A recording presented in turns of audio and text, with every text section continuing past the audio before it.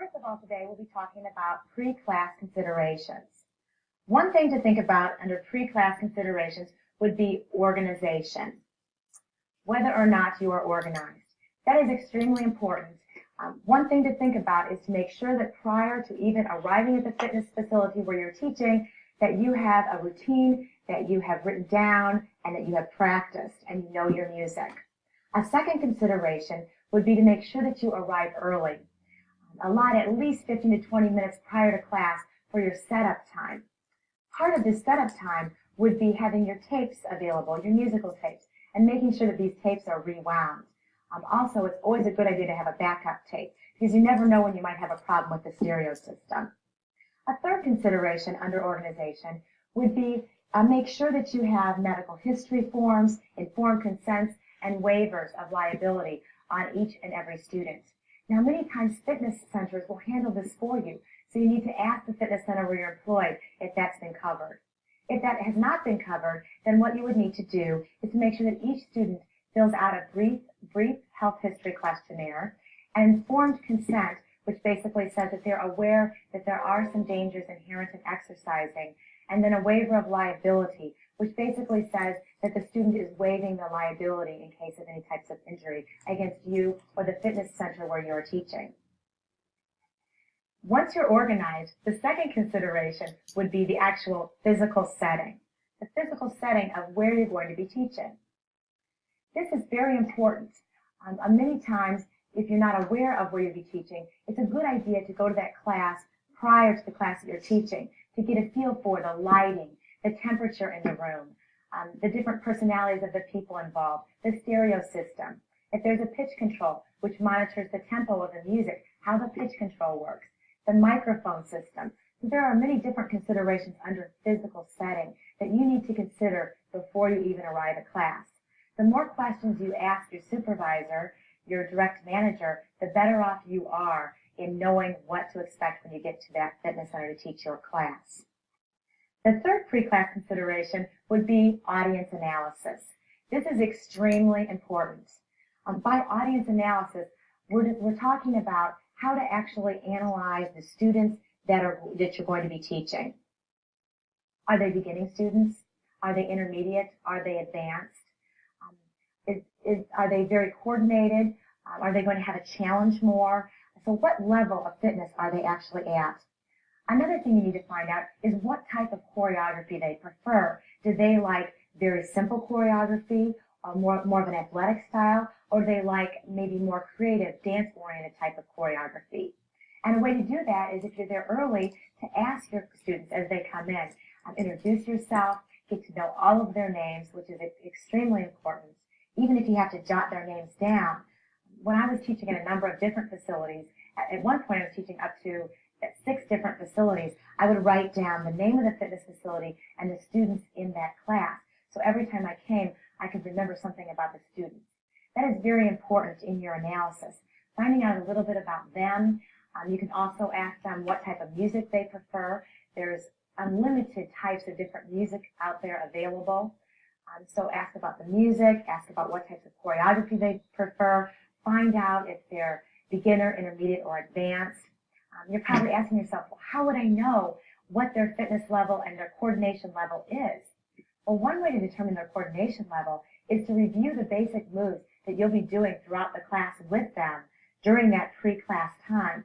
Then you can look at them and really get a gauge or feel for exactly where they're coming from.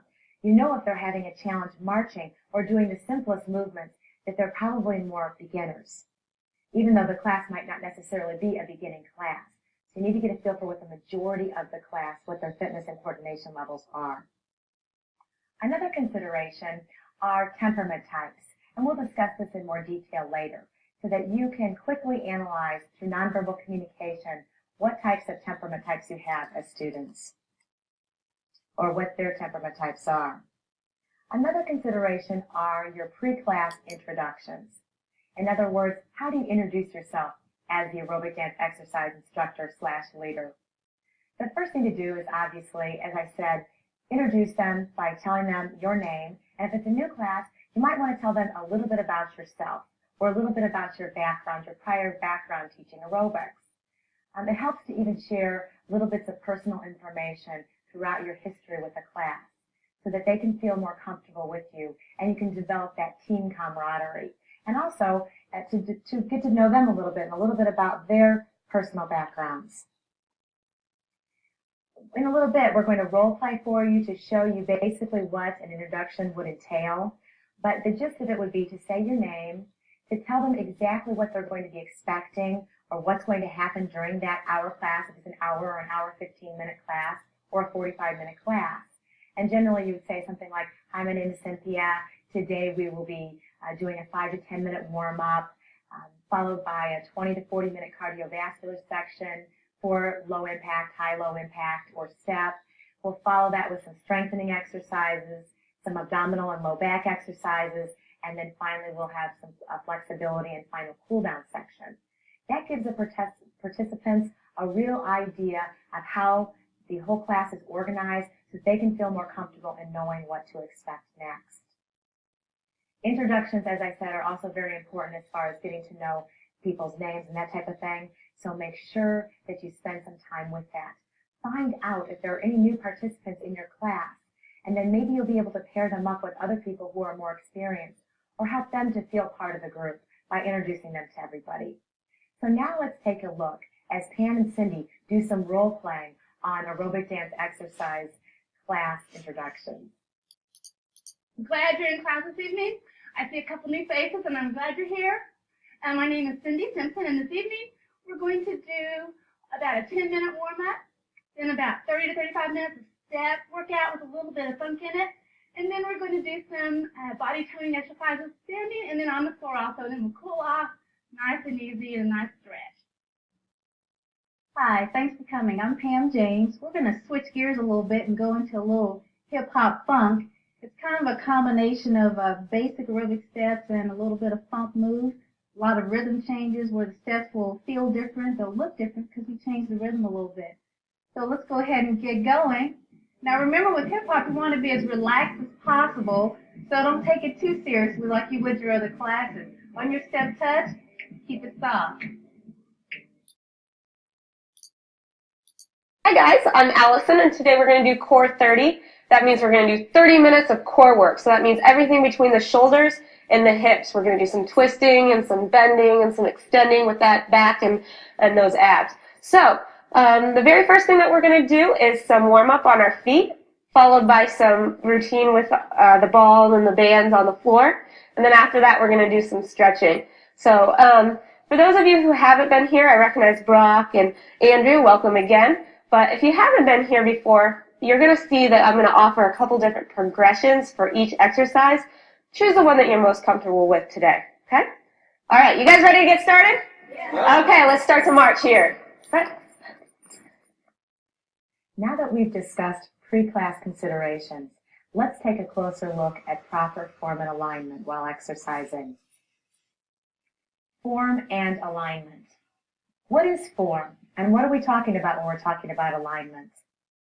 Basically, form refers to the way a participant or you are executing or demonstrating a movement, whereas alignment talks about how your body is aligned, what is your body posture. It is important, since you are the leader, to have and to demonstrate proper form and alignment while you are exercising, since you are the role model for your students to follow. This is something that you will develop and hopefully improve over time, as well as your students. One thing to consider under form and alignment is kinesthetic awareness. What do I mean when I say kinesthetic awareness? Basically, kinesthetic awareness has to do with a person's awareness of how they are moving as they are moving. So how their body parts are moving throughout space. People who are beginning students don't really have a lot of kinesthetic awareness. In other words, if you were doing a basic step, they'd have a hard time getting the tap to change feet. They might not be aware that how to do various movements. They might not be aware that their arms are flailing as their posture isn't what it should be.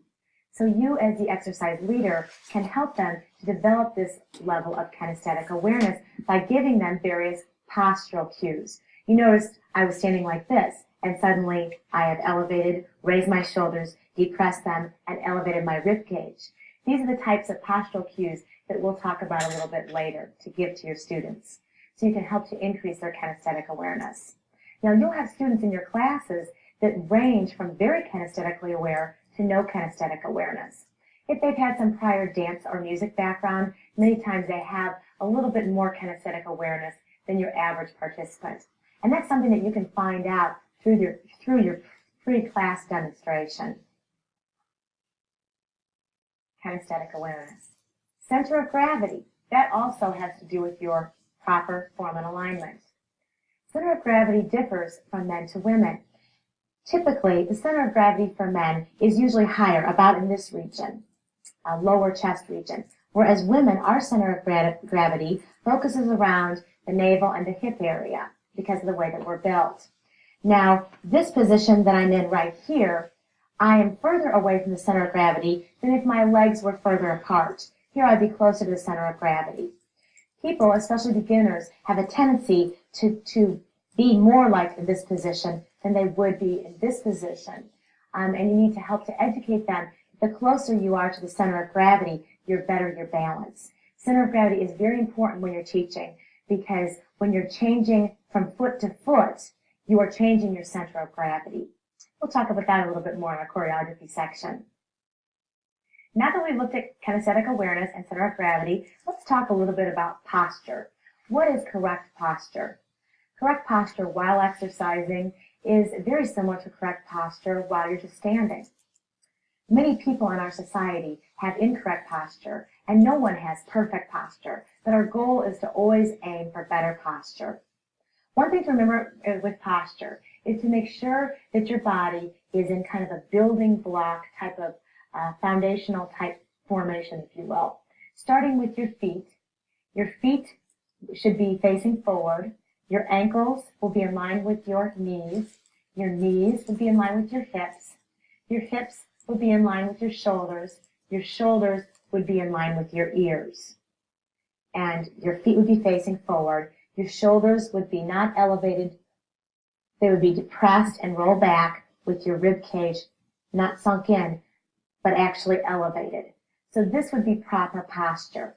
One thing to consider too is to make sure that your head is straight ahead, so your head is not tipped up or tipped down or side to side.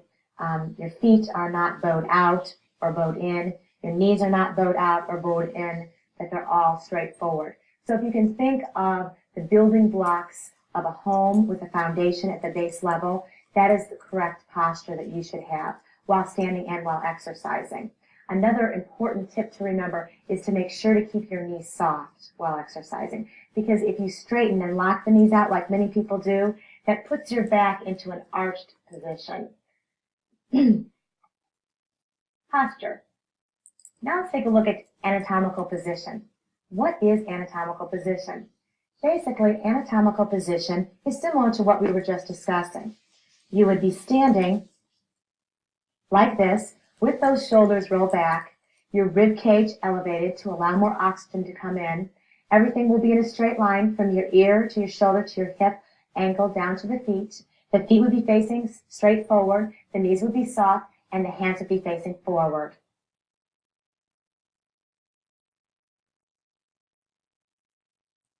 This is the correct position through which all exercise should begin from, that anatomical position.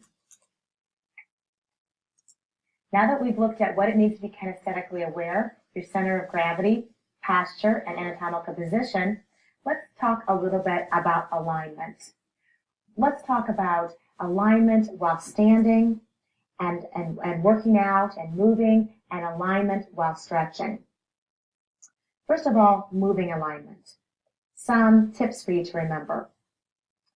Continue to always keep, while moving, your rib cage lifted and steady, so that you are not moving at all right here. So whether you're doing this type of movement, which is a pendulum movement, or this type of movement, which is a heel dig, or a knee lift, your torso never moves at any point in time. It's always stable.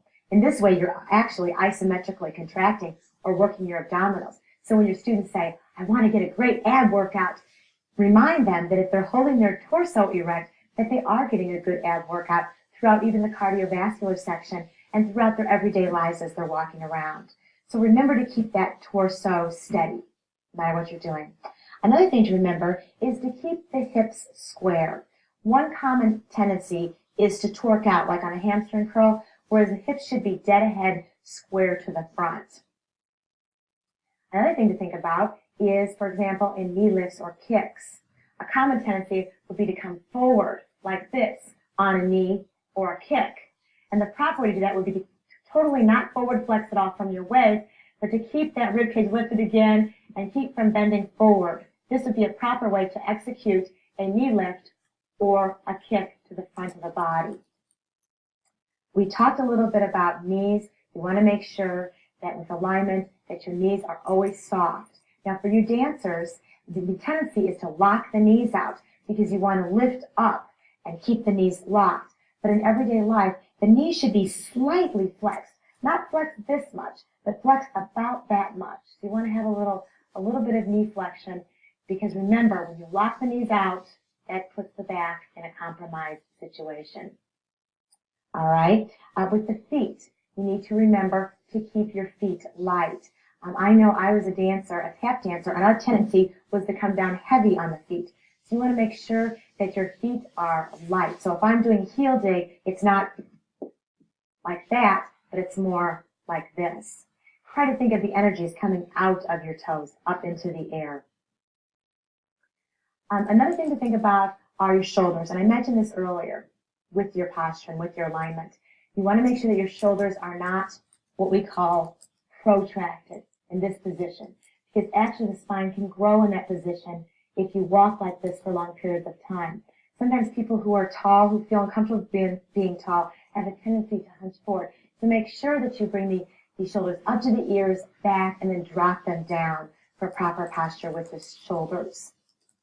Another thing to consider is your head. And I know this is a challenge that I have, as you can see, because I talk and I'm very expressive with my head and my face. Make sure that your head is steady. So no matter what, even if you're doing high impact and you're moving and you're jogging, that your head is not flailing around, because then you're more prone to hurt your neck and the neck muscles in this area. So keep your head steady, looking straight ahead, not down or up or tilted side to side.